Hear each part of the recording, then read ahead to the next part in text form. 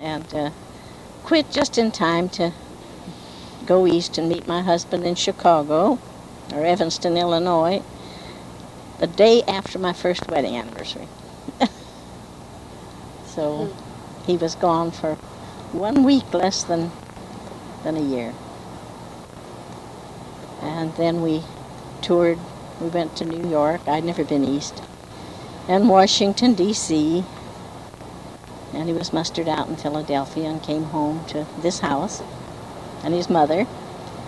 And whose house was this? it was hers. It was her house. Well, she didn't build it. I didn't tell you. This house was built by a Southern gentleman who was called a colonel, Colonel James Wyatt Oates. He was from a very prestigious family in Alabama. I think it was his brother who was governor of Alabama. And he hot-headedly shot a man whom he said insulted his sister, but he didn't kill him. And he thought he had killed the man, and he fled from Alabama. Came out to San Francisco, and later found out that the man had recovered without being killed. He was a hot-headed Southerner, little man, this Colonel Oates. And he was a lawyer, and he married a San Francisco girl whose father was an admiral in the Navy. And they came up to Santa Rosa, and he had this house built for his wife and mother, and his wife's mother, his mother-in-law, Mrs. Solomon. And they lived here from 1905, when the house was built. I don't know when Mrs. Solomon died, and I don't know when Mrs. Oates died. I didn't know them at the time. I was a little girl. My husband was 8 years older than I. And my husband passed the bar. He studied law in Colonel Oates' law office. And they had come out here in 1908, my mother-in-law and her family, to visit Burbank. She had, I don't know how she had come to know him, but they had corresponded for a long time.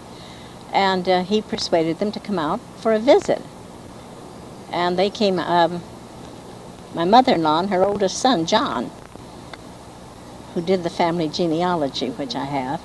And they had come out in 1907, I guess, to visit Burbank, and had seen what a beautiful place it was. They came out in 1908 for the summer.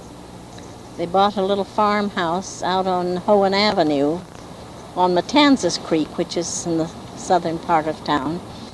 And it was just a little old farmhouse with a few acres of prunes on it.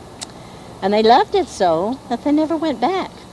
Sold their beautiful home in Evanston. One brother didn't come. Hurd, he was a banker, named Hurd, H-U-R-D, for his grandfather, who was Harvey Bostwick Hurd. That's the gentleman on the landing. And Hurd didn't come. He was president of some bank there in Evanston. But my husband was 17, I think, when they came out here. Was he 17 if he was born in 1891 and came out in 1908? No, he wasn't. He was older. His brother was 17, Hugh. And he was studying law in Colonel Oates' office, and they had a terrible rainy winter, and the bridge washed out in front of their house out on the Matanzas Creek.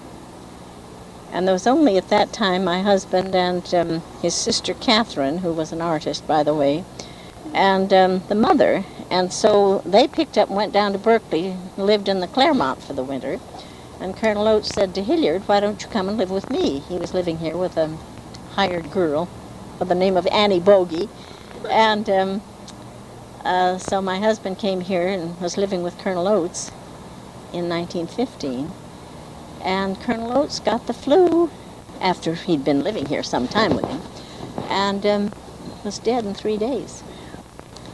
So What year? That was. That was 1915. There was a very bad flu epidemic. Well, 1918 was the flu epidemic. It wasn't that.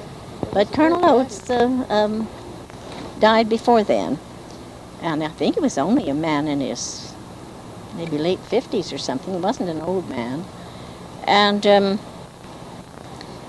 so my husband was left here alone in the house with a hired girl. So my mother-in-law and the sister came back up from Berkeley. And of course, the estate, there were no immediate heirs, so the estate was in the hands of the executors. And my mother-in-law and sister-in-law came in as caretakers to just sit in the house until it was sold. And the house was put up for sealed bids, and my mother-in-law decided she wanted it. She was happy in her little cottage on this little tiny farm, but it was quite a distance away from town at the time, and with all the flooding on the creek and the bridge going out and everything, she decided she wanted to live in town. So my husband put in a sealed bid for it for $10,000, and the next nearest bid was $7,500. So my mother-in-law bought this house in 1915 or 16 for $10,000. But in those days, $10,000 was a lot of money.